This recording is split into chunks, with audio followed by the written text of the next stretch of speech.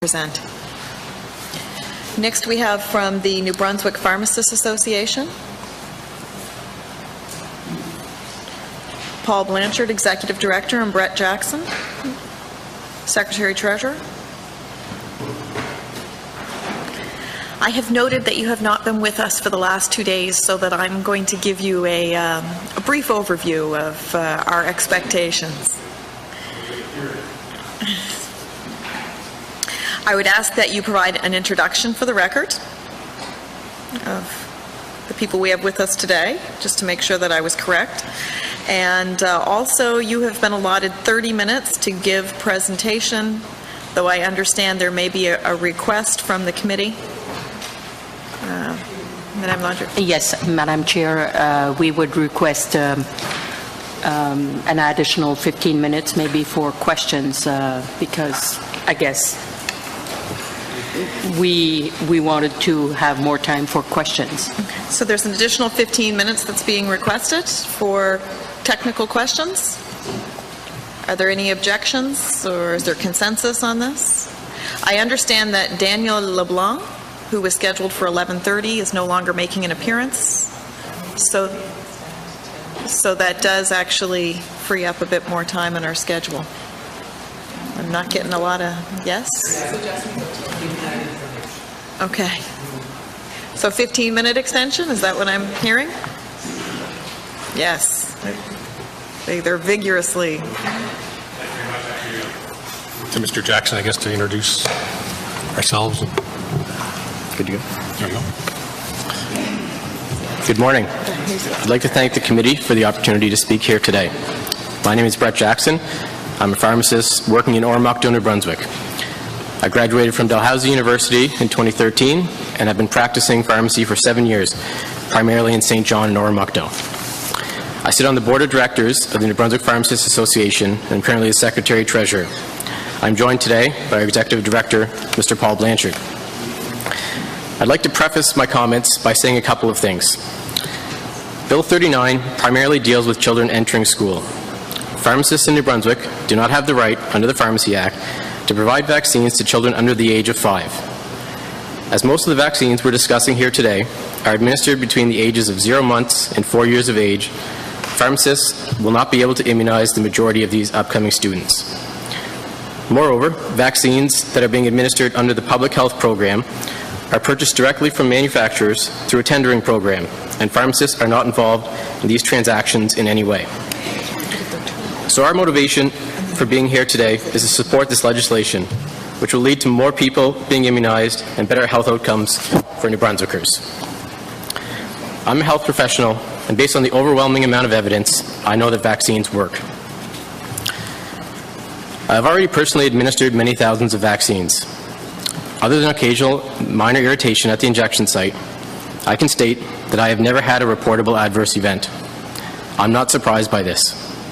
Nothing is perfect, but the statistics related to vaccine injury indicate that adverse events are indeed very low. Vaccines work.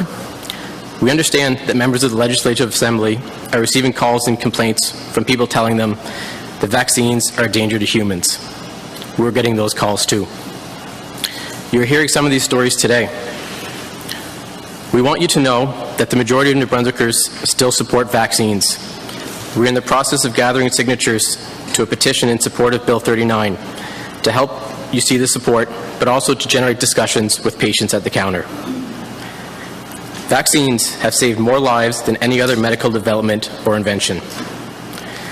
I have seen patients who have weakened immune systems. These are people who are fighting cancer, who have HIV, who have chronic illnesses, or children with immune deficiencies. These are people who cannot be vaccinated, but who want to be. These are vulnerable members of our communities who rely on the rest of us to get vaccinated. Herd immunity is a term that is used to indicate that when you immunize the herd, i.e. the majority, the small minority who aren't immunized will not be able to spread the virus to the rest of the community. Outbreaks will be minimalized because more than 90% of us are vaccinated. Measles, for example, can be spread quite easily. If someone in this room isn't vaccinated against measles, and I have measles, there's a 90% chance that this person will contract measles from me. Eventually, these more vulnerable members of our community could contract measles and may not otherwise be able to recover. They did not have a choice. Vaccines are like a training course for the immune system. They prepare the body to fight disease without exposing it to disease symptoms. A vaccine is a biological preparation that improves immunity to a particular disease. A vaccine typically contains an agent that resembles a disease-causing microorganism. It's often made from weakened or killed forms of the microbe. Its toxins are one of its surface proteins. The agent stimulates the body's immune system to recognize the agent as foreign, to destroy it, and remember it so that the immune system can more easily recognize and destroy any of these microorganisms that it later encounters. As is the case with any approved medication in Canada, vaccines have been studied and have been shown to be safe and effective. Health Canada requires manufacturers to demonstrate safety and efficacy before they provide a notice of compliance and a drug identification number. And even once they are approved, any adverse events related to drugs and vaccines are to be reported so that we can effectively continue to monitor drugs and vaccines after they are approved. As is the case with any medication or vaccine, there are always potential side effects. We know about them because they've been researched. They have to be communicated to the patient. Here's what you should expect. Here's what you should be worried about. Pharmacists go through this type of important counseling every day. For example, there's a 1 in a million chance that you could get encephalitis from the MMRV vaccine. But the chances of getting encephalitis from measles is about 1 in 1,000. Measles in pregnancy can lead to stillbirth. Measles can lead to meningitis. Measles is not trivial. Here in New Brunswick, concerns about vaccine safety have led some patients to decline recommended vaccinations for their children, leading to resurgence of disease such as measles and whooping cough. According to a recent Brunswick News report, almost 25% of students entering New Brunswick school system do not have proof of immunization. We believe this is inappropriate. During the most recent measles outbreak in the Greater St. John area, pharmacists all across the province, but especially in St. John, were inundated with people trying to find the MMR vaccine. People planning trips for baseball, basketball, and summer hockey league events were concerned. Parents of children with immune-compromised systems were concerned. Patients who were undergoing treatments for cancer or dialysis were concerned. Many were showing up at the pharmacy because pharmacists are by far the easiest healthcare professional to contact. In Canada, we are fortunate to have access to vaccines against measles, mumps, rubella, and polio. Many countries around the world do not immunize their population against these diseases. These are not harmless childhood diseases. My great-uncle had polio and was deformed for the rest of his life as a result. It put a tremendous hardship on him and the family. By 1996, the measles had been eradicated in Canada due to effective vaccine programs. According to the World Health Organization, reported measles cases are the highest they've been in any year since 2006. There have been 3 times as many case reports in the first 7 months of 2019 than at the same time last year. The United States is reporting its highest case count in 25 years. The World Health Organization's most recent data concerning death rate from measles is from 2017, when 110,000 people died from measles. They won't have the 2018 data until later this year, but it seems clear the global death rate from measles will be higher. Measles outbreaks are entirely preventable through a 2-dose vaccine. We have let emotion and political correctness dictate policy, which has led to return in measles and other vaccine-preventable diseases. We have provided in this briefing a list of vaccines according to Health Canada, which should be administered to school-age children. We fully support Bill 39, which would require that children entering the public school system provide proof of immunization unless they can provide a medical exemption.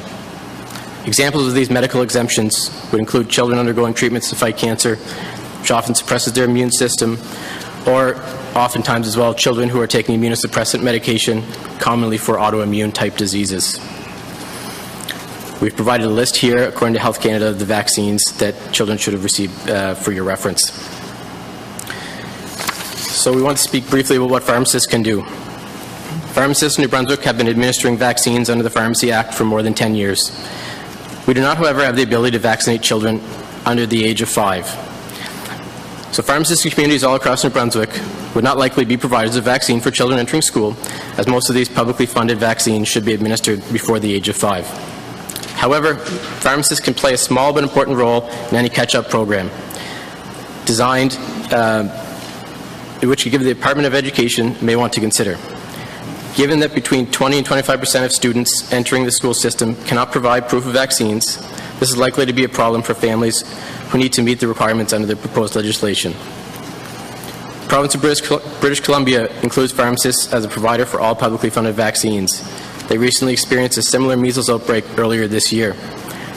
They responded by holding more than 3,500 public health clinics in 3 months between April and June of 2019. The number of children fully immunized against measles in those 3 months was over 37,000 as part of their catch-up program. BC community pharmacists immunized just over 1,200 people in those 3 months, compared to only 21 in the same period in 2018. The facts are, vaccines have been proven safe and effective. They have saved millions of lives worldwide. The Department of Education says as many as 20% of New Brunswick students couldn't provide proof of immunization when they entered the publicly funded school system last year. We are at risk. The facts are these diseases are not harmless childhood diseases. Measles symptoms can lead to diarrhea and vomiting. They can lead to misalignment of the eyes, infection of the membranes surrounding the brain and spinal cord, or infection of the brain itself. Mumps can lead to inflammation of the testicles, inflammation of the brain, and meningitis in up to 15% of cases. Pertussis, or whooping cough, can lead to pneumonia. Our neighbors to the south are bringing in stricter immigration rules, which will provide fewer resources to fund vaccines for immigrants in that country. This will likely lead to more outbreaks of measles and other diseases. Since Canadians and New Brunswickers travel frequently to the USA, we're likely to continue to see more outbreaks here in Canada. Canada is a very multicultural country with thousands of visitors coming and going daily. We support Bill 39 as it will protect our children and provide herd immunity to the most vulnerable members of our society. I'll now turn it over to Mr. Blanchard, our Executive Director. Thanks. So I've got a couple of comments quickly. We've actually timed this out to about 15 minutes, so I'm not sure if we're still in our time, but Mr. Jackson alluded to Health Canada in terms of how they oversee drugs and health products which are approved and made available in Canada. If there's sufficient evidence to support that a vaccine is safe and effective under the new drug submission process, the product is issued a notice of compliance and a drug identification number indicating that the biologic is approved for sale in Canada. Health Canada, in collaboration with the Public Health Agency of Canada, also monitors biologic adverse events, investigates complaints and problem reports, maintains post-approval surveillance, and manages recalls as required. All drugs that are marketed in Canada are subject to the Food and Drugs Acts and regulations. The Biologics and Genetic Therapies Directorate is responsible for the review and the approval of all types of drug submissions for a biological Schedule D and radiopharmaceutical Schedule C drug reports, including but not limited to the new drug submissions and clinical trial applications. So companies that apply for a notice of compliance for a new product, I guess, have about 20 years of patent exclusivity. It can take 7 years to get their product to the market through the approval process, which is complex and rigorous, as it should be. One of the questions before you today is whether or not it's ethical to mandate that students attending public schools should be vaccinated. We believe they should. A growing percentage of students entering our schools are not showing proof of immunization. The vaccine hesitancy is growing due to people who have come before you already, picking out pieces of manufacturers' drug profiles, sometimes out of context, and it's promoting fear and distrust through social media. And unless the government is prepared to spend as much money and effort in the PR campaigns to promote the safety and benefits of vaccine, we believe the legislation is the next best solution. People don't have the right to smoke in public because the choice puts others at risk, as an example. So we're currently putting children at risk by exposing them to students who are carrying diseases. The rights of individuals who resist are overtaking the rights of vulnerable students who are immunocompromised.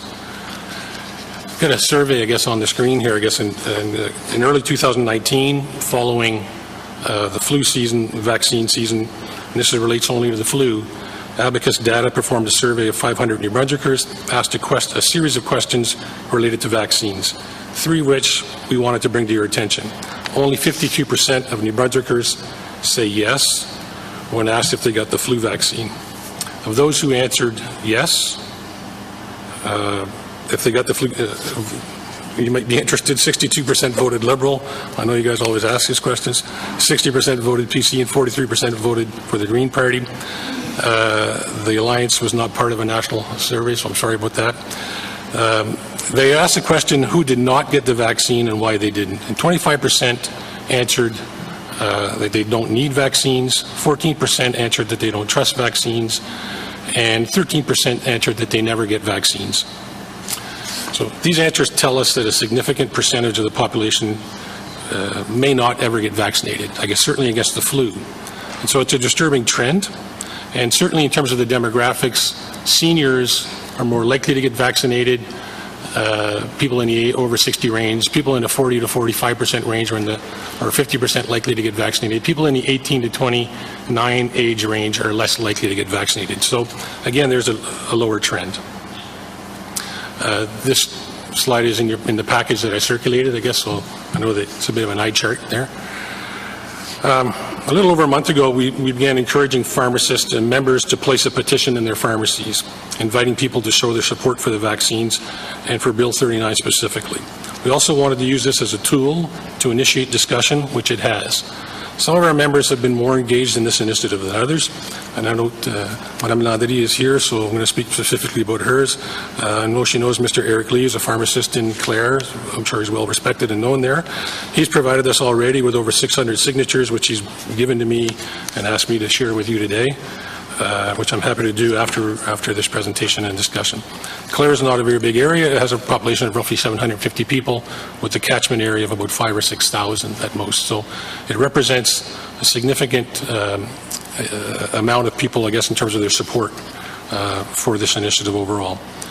The last thing I guess I'll say quickly is with respect to electronic records. The Department of Health, we have a drug information system in pharmacy. We've had one now since 2016, so every prescription is now, we're able to see every prescription. Every drug that has a drug information number is in the system. We have the capacity, because every vaccine has a drug information number as well, potentially to put vaccines in the existing drug information system. We understand that the Department of Health is also working on a more complex vaccine registry in the next couple of years. And we believe in the short term that the DIS could be an interim tool in rolling out and measuring vaccination rates. So I know we only had 15 minutes, recognize that we were given a bit more time here, I guess, but I think we'll stop here, and we're happy to answer any questions that you may have. So thank you very much.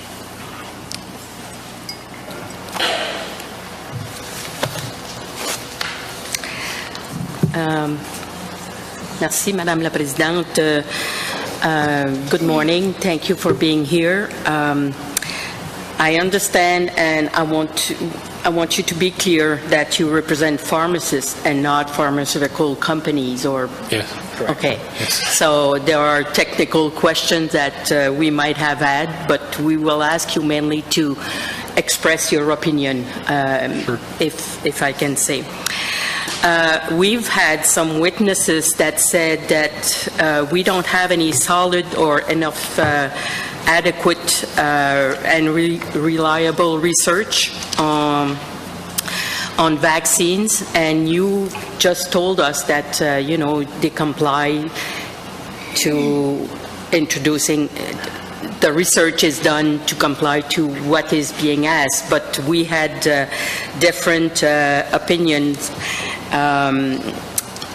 Vaccines that said that vaccines are not, the research on vaccine is not as rigorous as any other regular drugs being introduced. And we have examples here like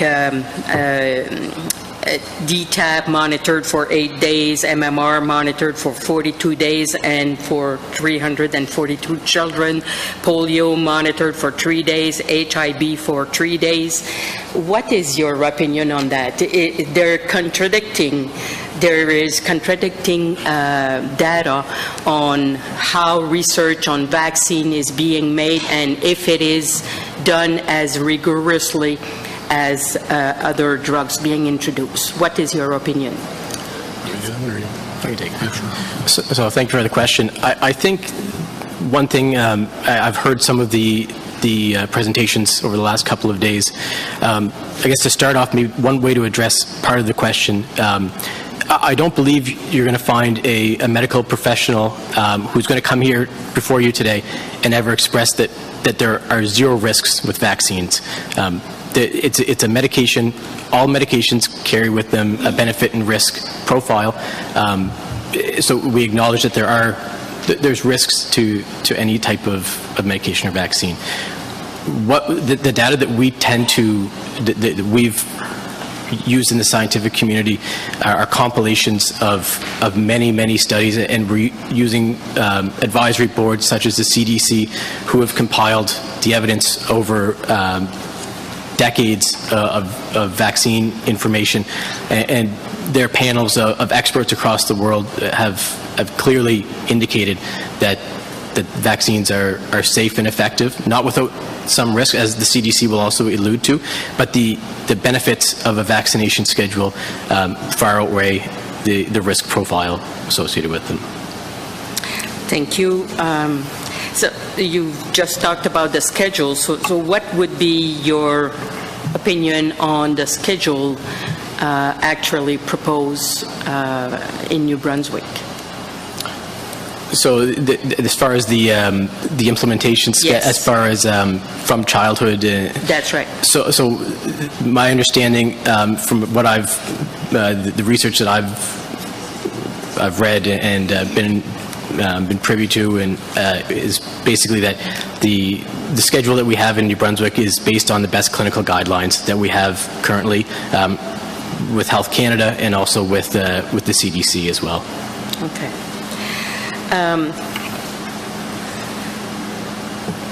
Awareness campaign. I don't know if you are, as the Pharmacists Association, involved in the awareness campaigns that are.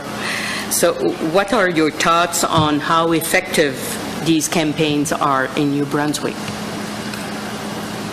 Well, are you speaking about vaccination? Yes, about the government's, the province of New Brunswick's Yes. awareness campaign and so on?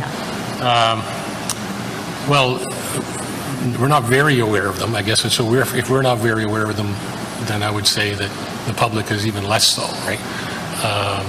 So, you know, the public certainly needs to. This is a combination of things, right? I mean, we're talking about legislation here today, but also of explaining and providing appropriate information to the public in terms of what are the benefits of vaccines and what are the risks, I guess, of vaccines, and to put confidence into the system. And so we think that there should be a bigger effort, I guess, with respect to patient education. I think that's part and parcel of any type of a program there, and I'm sure that would require some funding, right? So.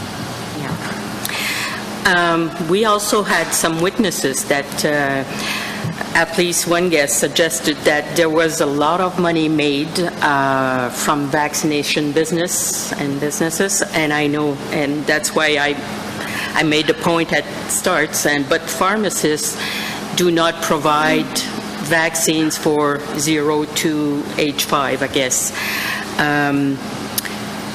I was not aware that the government was dealing directly with the companies. So, but what do you say? What would be your opinion on? Is there a pressure on the government to buy more vaccine and to introduce more vaccines in the system? Pressure from the manufacturers, you mean? Or? Yes. Well, look, I think I talked earlier about the process in terms of how a drug gets approved. You know, anytime research begins, manufacturers at some point have to come into that process and buy the rights to that idea, I guess, or the product, I guess, and then from that's where this sort of a 20-year clock starts to tick, right? And so they have to get their product into the cycle and into the marketplace, and so often it can be 12 years that they'll have exclusivity, right? So Lots of times, they're taking that risk, and the research doesn't bear out, and so their product doesn't get there. So we're not experts in terms of, why their pricing is what it is. We have different pricing structure in Canada than they do in the U.S., for example. We have the Health Canada has a Patented Medicines Pricing Review Board. That board sets the price for drugs in Canada, and it's based on, right now, 7 comparator countries across the world. It might be 11 soon. They're looking at that. Our prices generally are lower than in the U.S. But once that is in place, the province of New Brunswick, for example, will negotiate directly with the other 10 provinces on vaccine schedules. And my understanding is it goes to tender. And so there is maybe 1 or 2 big winners. I guess there's one major provider, so we'll have 80% of the vaccine will come from one manufacturer this year, and 20% will be from the secondary manufacturer. And there's 2 reasons for that. One is you want to maintain competitiveness, and secondly, manufacturers are not foolproof and fail-proof, and so they often, frequently, there'll be shortages of vaccine or shortages of product, and so you have to have a secondary supplier, right? And so with respect to the pricing, we're not aware of what the pricing is. We certainly know that the government's buying vaccine for less than what the community pharmacists could buy it directly, and so yeah. I'm not sure if that answered your question. Yes, thank you. There was an outbreak like measles earlier this year. What role did the pharmacists play? Was there a shortage of vaccines in that particular situation? Sure. So initially, when an outbreak occurs, it's an unplanned event, right? And so the first thing that happens is people call the pharmacist. So, because we answer the phone, and that's the issue. And they're often summertime, weekend events, and so and initially, pharmacists will have access to a private source of vaccine. So, Mr. Jackson or others in St. John, especially, we're immunizing people against the with the MMRV vaccine because people are asking, and those people were paying out of pocket because. I don't want to say there's a level of desperation there, but there's certainly a heightened level of urgency. It's not something you thought about it before there was an outbreak, and then suddenly the outbreak occurs. Now everybody's phoning the pharmacy to find out can they get the vaccine, right? And so we were immunizing people who needed to be caught up, certainly in the short term. But beyond that, we weren't involved with the public health clinics and so on that took place. So. Thank you, and those are the questions. I might have some colleagues that will have. Yes, Mr. Savoy. Thank you, Madam Chair. Good morning. So the questions that I'm going to ask, they may be a little bit outside of your sphere. If that's the case, I apologize, but I have some questions. So, as pharmacists, you would have the list of ingredients in the products that kind of pass through you to the rest of the medical community. You would have an entire list or breakdown of what's in these vaccines? That's correct. Yeah. Okay.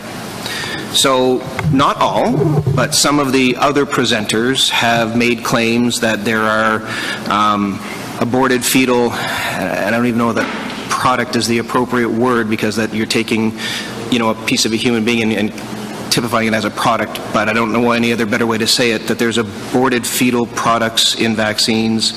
Some of them have talked about aluminum, but then I've heard other ones talk about aluminum salts. Are these the same thing? So I'll let you answer those 2 first, and I'll have some follow-up questions. Yeah, so the speaker, to address, aluminum is the one that we speak to a lot, and I guess I shouldn't say a lot, we don't get a ton of questions at the pharmacy concerning opposition to vaccine. However, the ones we do get, the aluminum is in the vaccine as an adjuvant, which is basically, an adjuvant is a way to heighten the effect of a vaccine, thus reducing how often you have to administer the vaccine. It's basically rendering it more effective. The amount of aluminum that's in in vaccines is a very, very trace amount. Aluminum is a very common metal. It's found in all around us, in the water we drink, in the food we eat. It's quite common. In fact, one analogy we use sometimes is your common antacids. Your Tums are have a high concentration of aluminum. Mind you, you don't absorb as much aluminum through ingestion as injection, but there's plenty of ways for the body to come into contact with aluminum in much higher amounts than you would find in your regular vaccines. Right. And what about the other part that I asked about the fetal products? I'm not aware of that component in the vaccines, to my knowledge. Okay. So in these ingredients, do you ever get a source material of where the ingredients came from? Again, I don't know your industry, so I'm asking how deep this goes. Right. When you see the list of ingredients, and I'm probably not using the right word, ingredients, but how deep does that go in terms of your knowledge or a pharmacist's knowledge when you're giving these things out to say, okay, I know where all this stuff came from? So we would know the main components in the vaccine, certainly the main adjuvants, but I can't say that the matter that you're referring to is something that I've come across in the vaccines that I've dispensed and administered. Okay. So now the aluminum, and again, forgive my ignorance, I'm not a chemist, but when I think of aluminum, I think of the metal, the stuff you use in the box of a truck or the flashing around your windows, things like that. Chemical composition of aluminum, is it similar to that? Is that in my head just to make a connection, or is this completely different stuff? Yeah, I guess we would be thinking of it on such a small trace scale that the actual chemical component or the molecule. Yeah, molecular level. Yeah. Right. We're talking on such a fine level. It's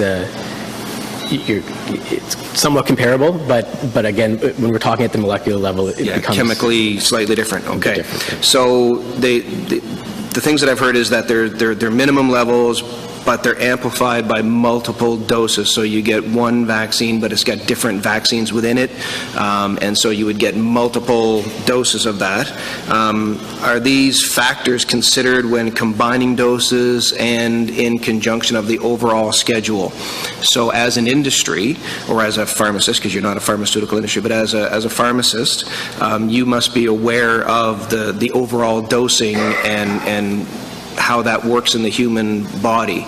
So is there a problem here? That's what I'm trying to understand. Yeah, and I know that's certainly been studied in as far as the accumulation of an aluminum metal, and the studies that I'm aware of have shown that the accumulation is very, very minimal over a period of time, and sometimes not detectable at all after a regular immunization schedule.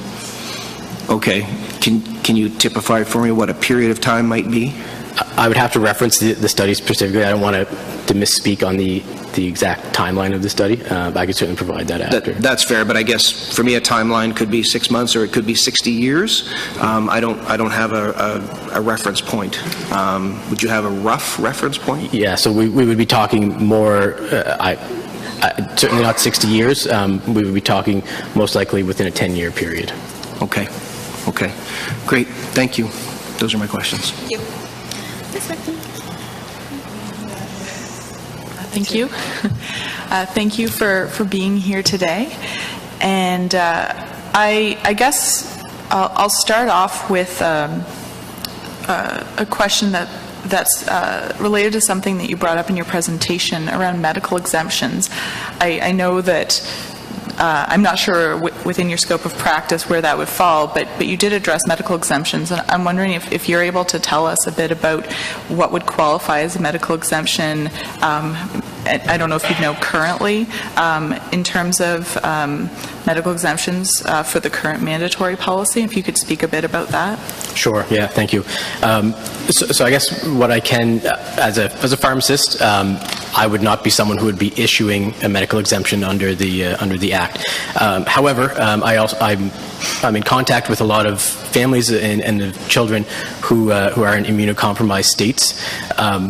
One of the main immunocompromised children groups we tend to speak of is childhood cancers, which is kind of the first one that usually comes up. And those patients, to my knowledge, depending on where they are in their treatment schedule, they would be considered to be medically exempt.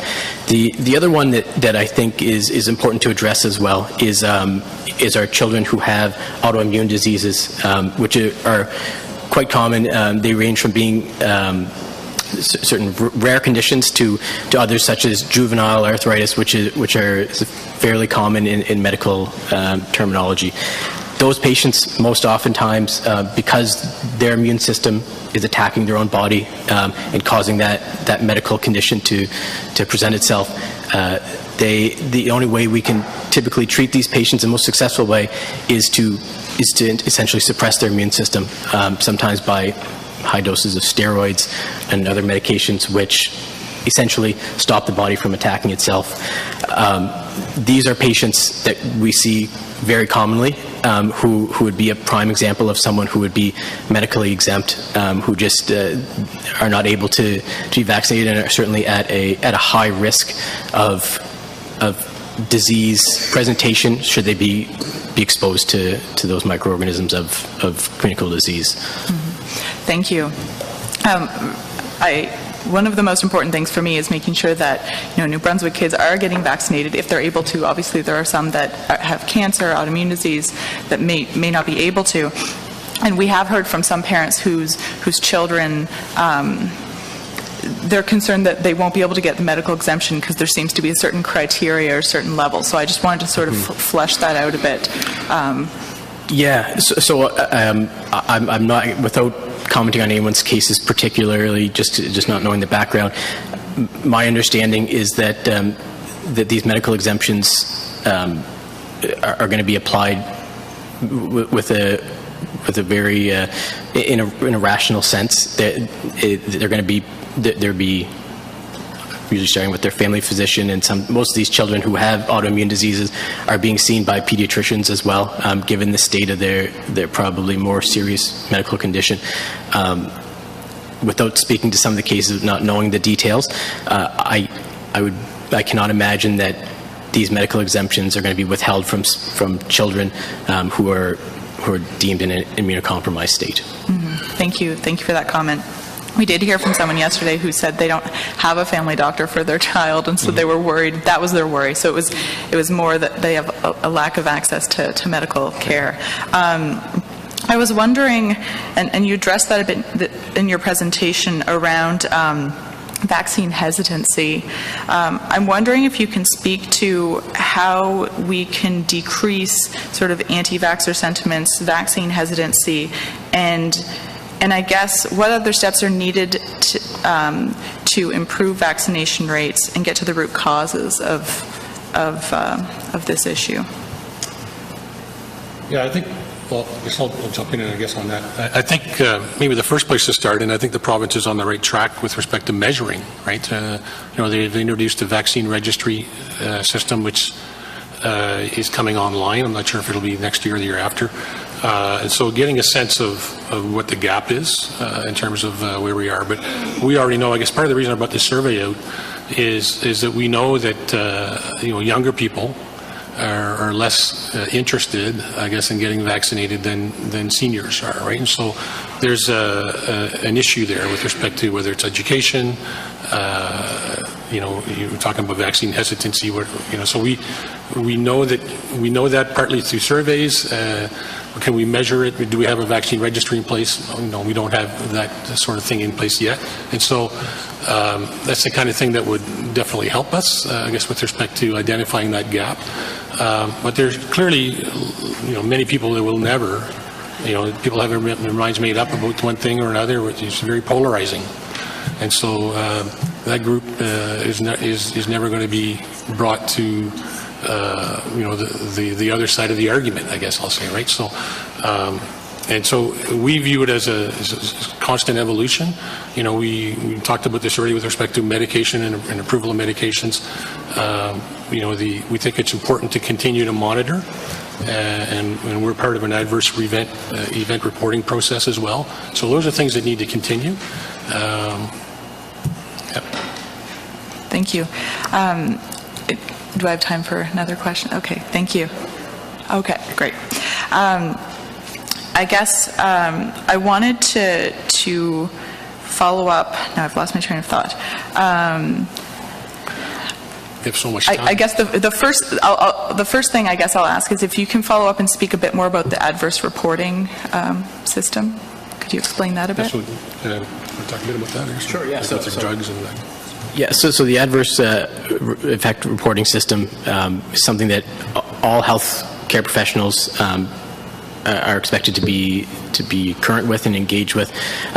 For example, if a patient reports to us an adverse effect, especially if it's not represented in the literature as we see it right now, it's our duty to inform Health Canada of that adverse event for the particular reason that if they notice a trend of a certain adverse effect in relation to a certain drug or vaccine, that prompts them to take action. And we've seen over the years the medications that have been removed from the market due to that exact reason, is that as we've gone along, we've seen that certain trends, and it's caused us to reevaluate dosing and different types of medications. So it's quite a straightforward process that they're reporting to Health Canada, and then they accumulate that data into a large database. Okay, thank you. I guess my other question was around the information you had regarding people's behavior related to the flu vaccine versus other vaccines, because I think I don't know if you think that people have different behavior and different feelings about flu vaccine versus other immunizations, and I guess my other question would just be like connected to that. What do you think the role of education and information is in this? I think that there's sort of almost like a spectrum of vaccine hesitancy potentially. So do you think, can you speak to the role of education in this issue? Well, it could be part of the education curriculum, right? I mean, in terms of, explaining, to people even at a young age especially. It doesn't have to be a costly measure. I mean, we talked about aluminum earlier and aluminum salts and so on. And aluminum is like one of the most common elements around us, right? And so, but I have a tendency, just like you do, I have a tendency to go to an aluminum baseball bat in my head, or you're talking about ladders. And so, it's something that's been in vaccines for over 70 years, right? And so, we need to do a better job of explaining that and walking people through that, right? So. But I guess with respect to the survey, and I forgot to mention, and this is in the packages that I went around here, and I just got this morning, so we were concerned about whether or not it was just the flu vaccine and others, and so we commissioned a survey through Narrative Research here, and I just got the results this morning, and so we asked them specifically about whether or not the public supported this question, and so we have 400 respondents, and 88% of the respondents support the what's in Bill 39 right now. Okay, so there's 10% that oppose strongly, and so we have while we're looking at, I'm going to say, negative trending, the vast majority of the public in the province is supportive of the legislation as it's presented. So the question is there. It's in your package, I guess. So we'll probably be releasing that later today. But okay. I'm not sure if that helps you with your. Thank you. Can I just do a follow-up question to one of your questions? And it's in relation to the reporting. You indicated in your testimony that, Mr. Jackson, that you've had almost no reporting. What constitutes something worthy to be reporting? If someone called you and said, my child had a fever after receiving the vaccine, would you consider that warrants you reporting?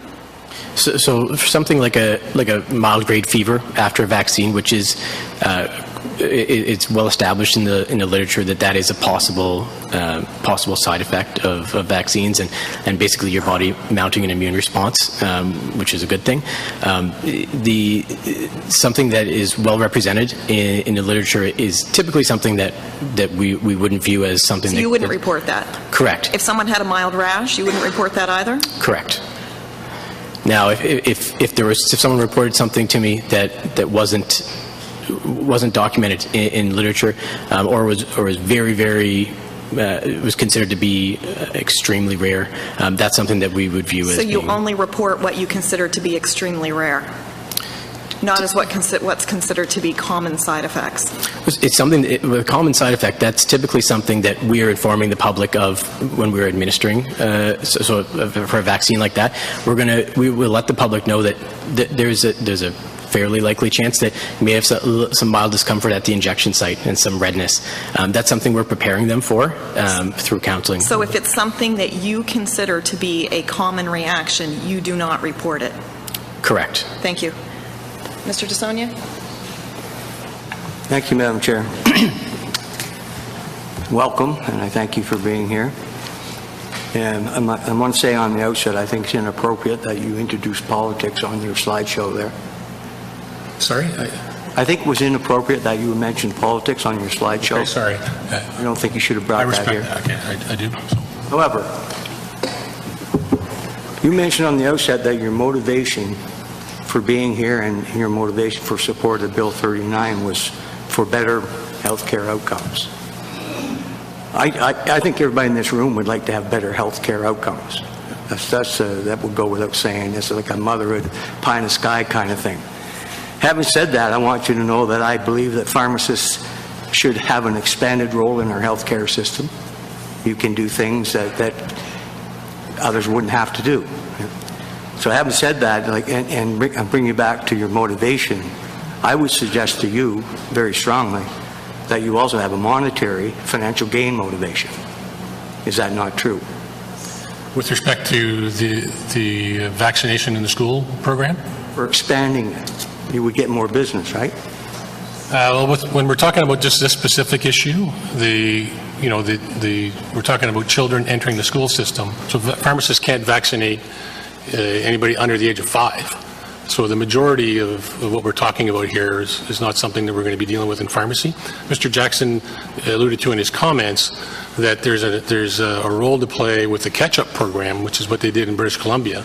And so, if you've got people here moving from other countries or from out of province or 12-year-old or whatever that needs to get vaccinated, and sure, a pharmacist can do that. But that was like 3% of the. There's 35,000 people in British Columbia that got part of the catch-up program, and pharmacists did like 3% of them, right? So you would have everybody in this room believe that you would not get any financial gain whatsoever out of the implementation of this bill. We're not saying that. We're just talking about. I just wanted to establish that. We're just, yeah, sure. Okay. I think I just answered that, I guess, in terms of, if there's a catch-up program, sure, we've actually said we think we can play a role there. Right? Okay, I'm going to move to a different area then.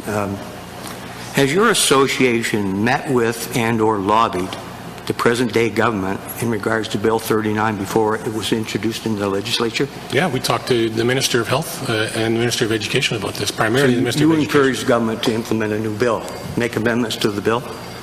To implement the bill?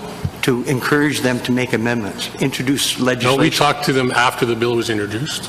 Only after? I asked you if you met with them before, and you said yes. Sorry, I misunderstood the question. We met with them as soon as the bill was introduced. I mean, we didn't, the bill was introduced, and it became an issue of public concern, so we certainly have an opinion on it. Okay, so that kind of reinforces my, the motivation argument, right? There's more than the better health care outcomes. Anyways, I'm going to ask you a couple more questions, and you may not like them, but you said that you support Bill 39.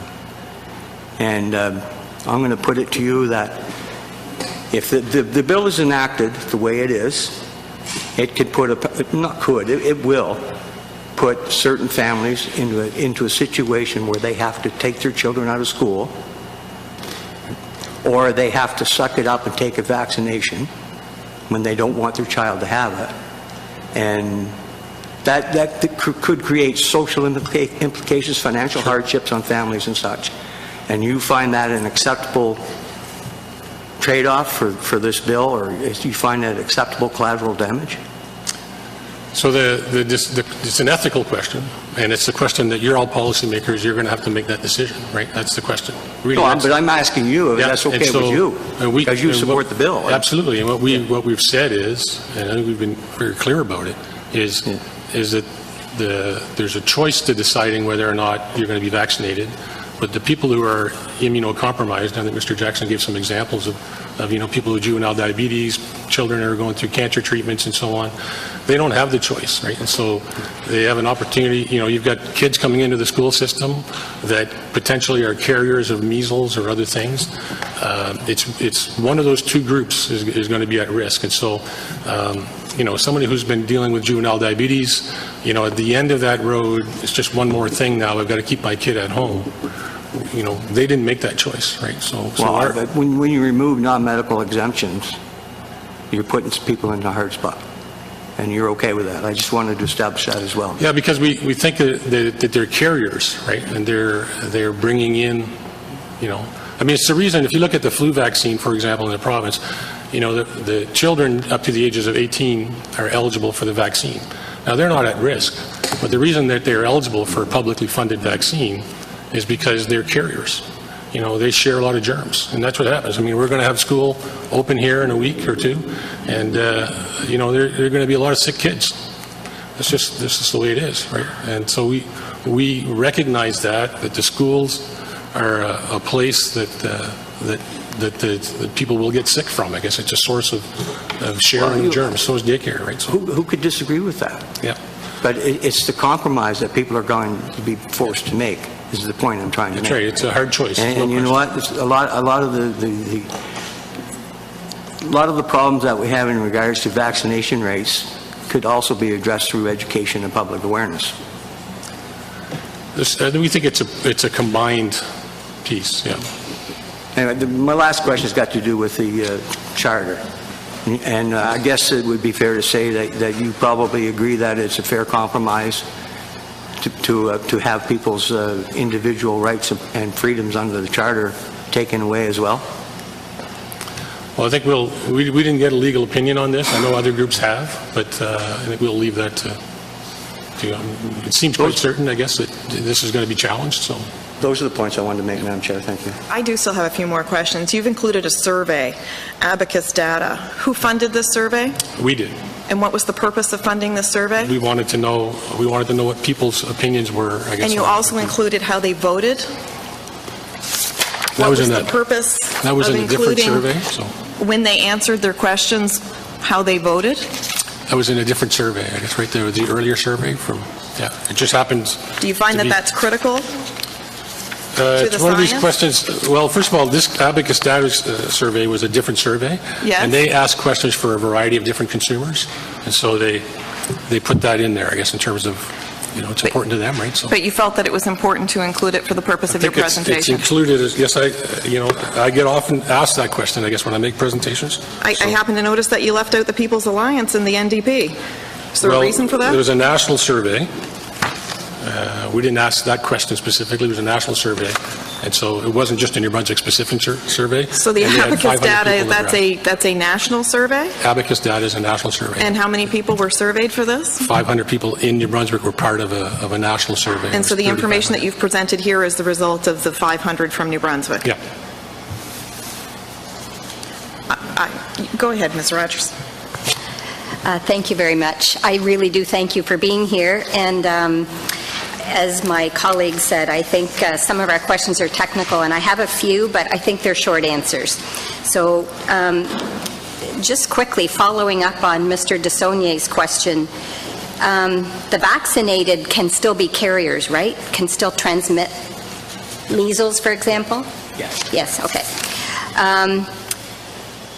Okay, so I have another question. If you would only report as a pharmacist, and I understand there are other reports, there are those that come from medical doctors, but reporting adverse reactions to vaccinations, if the reports are only those outside what is commonly reported or what is already stated on I don't know what that little form is called, the the long sheet that's usually attached to drugs. Yeah, the monograph. Yeah. Insert. Yeah, the insert, that's a good word. So if it's not recorded on there, or if it's not something you take as common, it's not reported. I think I heard that. So if that's the case, then when the science reports, which science obviously is not static, it's always evolving, if the science reports, and if they're only hearing what's different from there, it's still going to keep calling something rare. Is that not the case? Because we're not accumulating the incidence of these reports. Mm-hmm. So I guess the original data, when a drug or vaccine is going through approval process, the list of side effects or adverse events that are being reported in the monograph, as you see it, when you exactly. But that report is being generated based on oftentimes a number of clinical trials and large-scale trials that have been able to replicate the data that initially occurred. So I guess it's important to note as well that the information that's being provided as far as the odds of a certain adverse event occurring, those percentages have been generated over a long period of testing and have been replicated typically as well. So we typically have confidence in what's reported in the monograph as a starting point, and then certainly anything that's considered that appears unfamiliar to the information we're presented with is something that we'd want Health Canada to be aware of. Okay. So you're looking at reporting what is new. Mm-hmm. Yeah. And that brings me, in your answer, it brings me to follow up on... If there is a desire for the group to extend the time, it would have to be by consensus.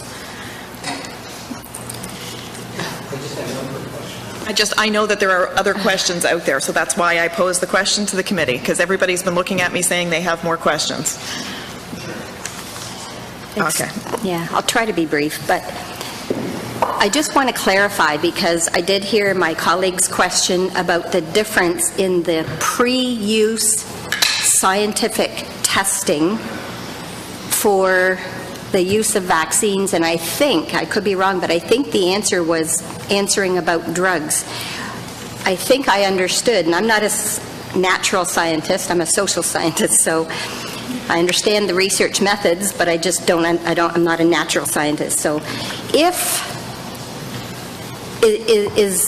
are vaccines called biologics and other drugs called drugs, and the testing for the two are different, i.e. you don't have to go through the same pre-10 years before it's administered? Is that, do vaccines still have to go through the same rigorous testing as drugs, I guess, is my question. The short answer is yes. It's a different stream, I guess, within Health Canada. One goes through the Canadian Association of Drugs, Technology and Health is doing a common drug review. So the whole drug piece goes down one stream. Biologics, they're live, and I guess you could talk a bit more. Biologics would be the live, sorry. Yeah, live. Okay. You're using certain live cells, I guess, the drug, the vaccine or the biologic could be a drug as well. Can come from a live cell or a dead cell. Okay. Right, and so those are. Okay. Sort of two different things. Right? Okay, I think that clarifies something for me. And one final tiny question. What is the difference between the staying in the body of, I'll pick aluminum as an example, but it could be mercury, glyphosate, anything else that's attached to a vaccine, I think. So all of those adjuvants? Okay. Any of those added components to the vaccine, if something is ingested versus injected, what is the staying power difference in the body? Yes, so as far as the ingested versus injected, it depends for every every type of substance, I guess. There's not, I don't want to generalize it to one, as a one-size-fits-all kind of answer. It is different based on how every molecule is absorbed. Some are absorbed very readily through our gastrointestinal tract, and some are not. And that depends on element by element. So it's hard to put a blanket statement on. But the testing would look at both? Correct. Yeah. Okay, thank you. Group that is used? Double-blind placebo control group? That Yeah, is as far there's been plenty of studies for these type of. Are you referring? Sorry, just to clarify the question, on adjuvants particularly, or in vaccines in general? Vaccines in general. Yeah. So they are subjected to a long-term double-blind placebo-controlled study. Correct. Usually, oftentimes, there's... Correct, usually, oftentimes. Yeah, without having all the data right in front of me, but there's the opinions that from the CDC are based on multiple large-scale trials, and there are ones that I'm aware of that are blinded trials. To the best of your knowledge. Correct. Okay. Mr. Fitch? I think that was the line of questioning that I was wondering, is about the rigors of the testing between the vaccines and normal drugs. And I think you answered that question with an affirmative answer, that they go through the same rigor and disclosure amongst the various departments and the public once the testing's done. Can you tell me what risk a newborn infant is exposed to that requires them to be vaccinated for Hep B on the day of their birth? I can't. I feel like shouldn't comment directly on that. That's probably something better posed to a pediatrician. I have a couple of other questions. I've heard even from your own evidence that there is an absolute, that there is a certain percentage of the population that will have adverse reaction. Do you feel that it is responsible for us to put this legislation in place without a compensation fund, knowing that there will be people who are harmed? I can't really comment on a compensation fund. That's, I guess, my comments. I'm looking at it from in comparison as well to the children who are going to be at risk of contracting illness, who if the population isn't properly immunized. I haven't really. You haven't put your mind to this? No, I've been focused mostly on the medical outcomes for. Okay, so that's not included in your petition. No. The details that there is no compensation fund associated with this, and I see that your answer is no. Okay, that's all my questions. Anyone? Mr. McKee? Thank you, Madam Chair. I just had a quick comment. Mr. Jackson had spoken briefly, and it's in his report, about polio, and that your great-uncle had polio as well. Yes. And so I just wanted to share, I guess, with the committee, I thought it was appropriate at this time, just that, it's something that wasn't talked about much over the last few days, but at one time in our region here, we did have, problems with polio, and my father actually contracted polio at 22 months old in 1942, and for the first 6 years of his life he was in and out of a hospital. He had 4 major surgeries in his life before he was 16 years old. Spent extended time in hospital in Montreal. He was lucky that he had the family to back him, and it gave him quality of life, and selfishly I'm thankful for the man that he is, and I wouldn't want him any other way. But just to say that the vaccine for him was a decade too late. So I just wanted to share that. Thank you. That is all of our questions. Thank you very much for taking your time to be here today. And we will now adjourn for lunch and return at 1 o'clock.